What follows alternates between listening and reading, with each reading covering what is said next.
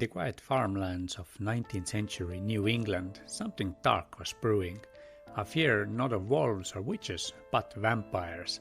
These vampires were neighbors, friends, and family, long dead, yet blamed for mysterious deaths among the living. This is the Great New England Vampire Panic, a tragic, bizarre response to a deadly disease we now know as tuberculosis or consumption, as it was called back then. Its symptoms, coughing blood, pale skin and fatigue, made it seem as though victims were being slowly drained of life. And in a time before germ theory or modern medicine, people reached for explanations that made sense in folklore. They believed that the dead were rising from their graves, preying on the living from beyond. This belief led to horrifying rituals. In towns across Rhode Island, Connecticut and Vermont, grieving families exhumed corpses sometimes years after burial to look for signs of vampirism. A corpse that was unnaturally well preserved, that was proof. The most infamous case was Mercy Brown of Exeter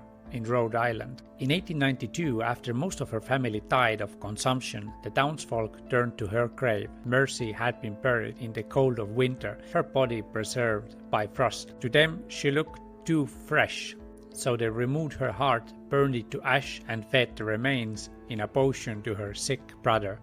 The brother died. This was not an isolated incident. Over 100 documented exhumations occurred in New England alone, driven by fear, grief, and superstition. Ironically, these rituals did nothing to stop the spread of tuberculosis, a disease carried not by vampires, but by airborne bacteria. The vampire panic eventually faded as medical science advanced, but it left a chilling mark on America's past, a time when desperate communities turned to the supernatural in battle against the invisible killer.